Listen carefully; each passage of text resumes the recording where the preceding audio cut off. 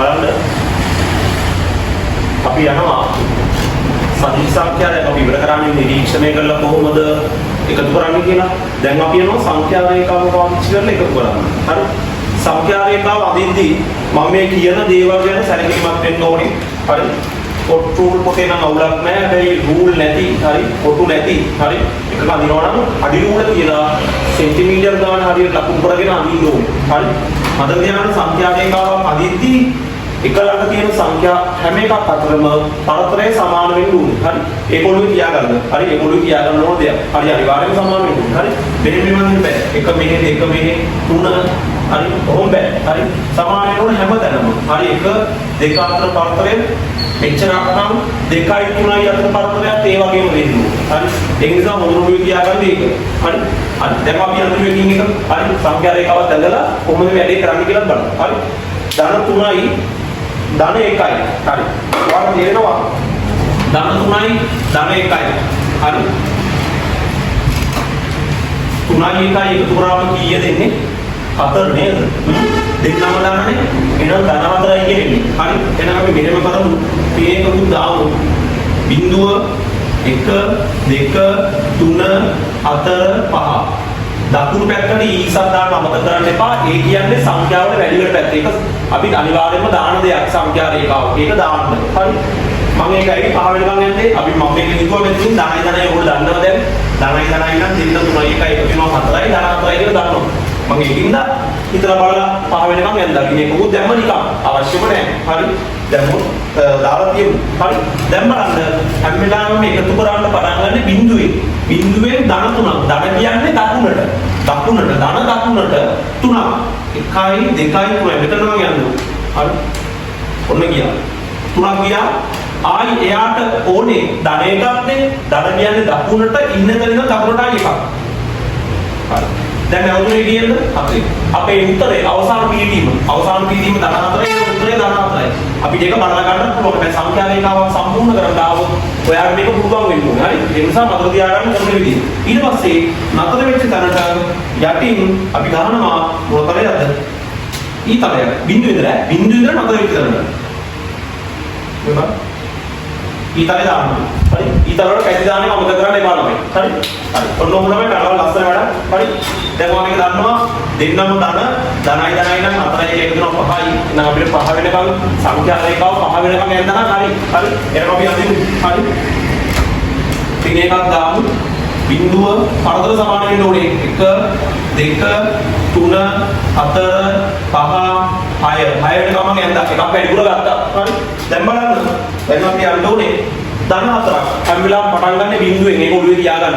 බිංදුවෙන් පටන් අරන් 4ක් දකුණට. බිංදුවෙන් පටන් ගත්තා. ඔන්න 4ක්. හරි. ඊට පස්සේ ධන එකක්. ධන කියන්නේ දකුණට එකක්. තව එකක්. ඉතින් ඉන්න තැනට එකක් පයි.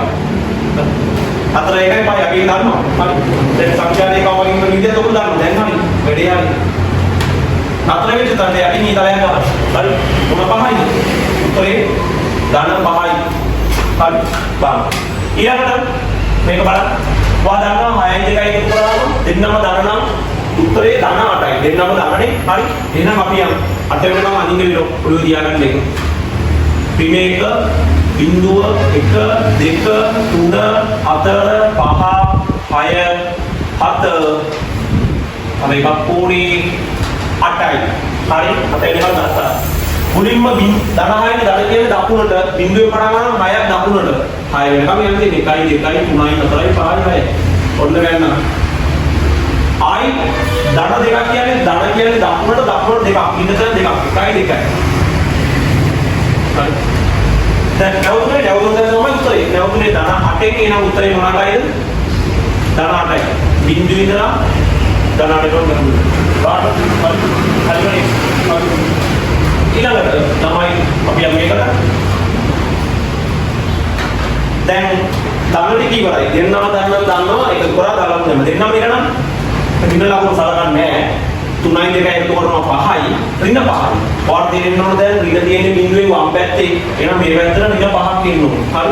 එහෙනම් අපි ඍණ 5ක් කියනදු බිංදුව එතන එක දාන්නම් එකක් දාන්නම් දාන පැත්තට එකක් නිකන් දාලා තියන්නම්. ඍණ 1, ඍණ 2, ඍණ 3, ඍණ 4, ඍණ 5, ඍණ 6. දැන් ඍණනේ ඍණ කියන්නේ පුතා දකුණට නෙමෙයි ධන දකුණට ඍණ නම් වමට. බිඳුවේ පටන් ගන්න 3ක් වමට. බිඳුවේ පටන් ගත්තා 3ක් වමට ඈ. 1යි 2යි 3යි. ඔන්න වමට. ආයිමත් 2ක් වමට. ඍණනේ ඍණ කියන්නේ වමට දෙකක්. පහයි. නැවතුනේ කීයද? 5. එහෙනම් උත්තරේ නැවතුනේ ඍණ 5 උත්තරේ ඍණ 5යි. නැවතුන දාට යටි නීතලයක් ගහන්න ඍණ 5යි. හරිද? හරි. ඊළඟ මේකත් ඒ වගේම එකක්.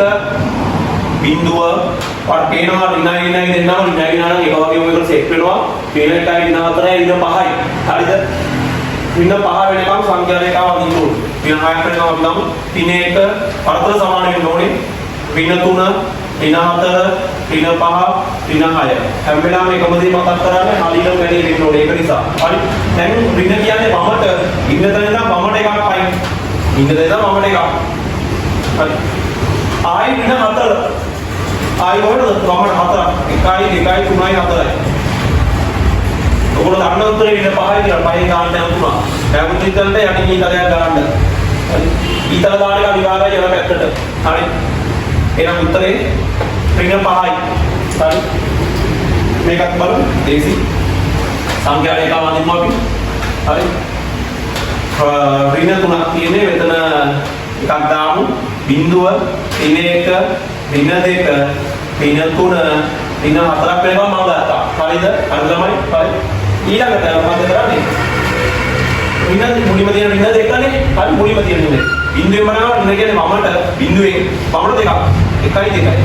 දෙක ගාවට පැන්නා. ආයිමත් ඍණ 1යි ඍණ කියන්නේ පුතා වමට එකක්. හරි. නැවතුනේ ඍණ 3 නේන යටි ගියා. මොන 3යි උත්තරේ? නැවතුනේ ඍණ 3. හරි. තේරුම් ගන්න හරිම ලේසි වැඩක් කියලා තේරුම් ගන්න මේකද. හරි. සෙල්ලමක් වගේ එකක්. හරි. මේක බලන්න. පොඩි උත්තරේ දන්නේ නැහැ. පොඩි උත්තරේ දා. හැම වෙලාවෙම සංඛ්‍යා රේඛාව අඳින්න පොඩි උත්තරේ එකක් හිතලා ඉන්න. හරි. ඉතින් මනෝමය ඉඳලා ඉන්න. 10යි කියපුවොත් දෙන්න අතර වෙනස. හරිද? වෙනස 3යි. බහුතරයේ ධනනේ විදින 10යි කියපුවොත් ඒක පුරන්න දෙන්න අතර වෙනස ගන්නෙ. වෙනස 3යි. බහුතරයේ ධන ඒ නිසා පුතා ධන 3යි. හරි. දැන් බලන්න සංඛ්‍යා රේඛාව හැදෙන ධන 3 තමයි නතර වෙන්නේ. ධන පැත්තට 5ක් කියලා දෙනකොට 5ක් අඳින්න. බිඳුව 1 2 3 4 5 හයි බුද්දම් මේ පැත්තට ඍණ 1 ඍණ 2ක් දාන්න. හරි මෙහෙම තිබ්බයිද දන්නවා කියලා හිතන්නකො සරලව. එච්චර ඕනේ නැහැ. හරි දැන් ධන 5ක් ඈ. ධන කියන්නේ දකුණට 5ක්. ධන 5කින් දකුණට 5ක්. බිඳුවේ මනාව 5ක් හරි. ඔන්න ආවා දකුණට 5ක්. එතනින් එහාට කියනවා ඍණ. ඔයා තේරුම් ගන්න ඕනේ ධන දකුණට නම් ඍණ වමට. හරි වමට කීයද? ඍණ කියන්නේ වමට දෙකක්. ඉන්න තැන ඉඳලා වමට දෙකක් පයින් 1යි 2යි. නතර ඊතල දාන්න අනිවාර්යයි. ඊතල දානකොට වරද්ද දෙක හරියට දාන්න. ඉතින් මොනම ඉඳලා දාන්න. හරි. නැවතුනේ තුනෙන් එන බිඳු ඉඳලා තුනට ඊතලයක් ගහන්න. එන උත්තරේ මොන තුනයි? ධන පැත්තේ මොන තුනයි? ධන 3යි. මේක බලන්න. දැන් දන්නවා.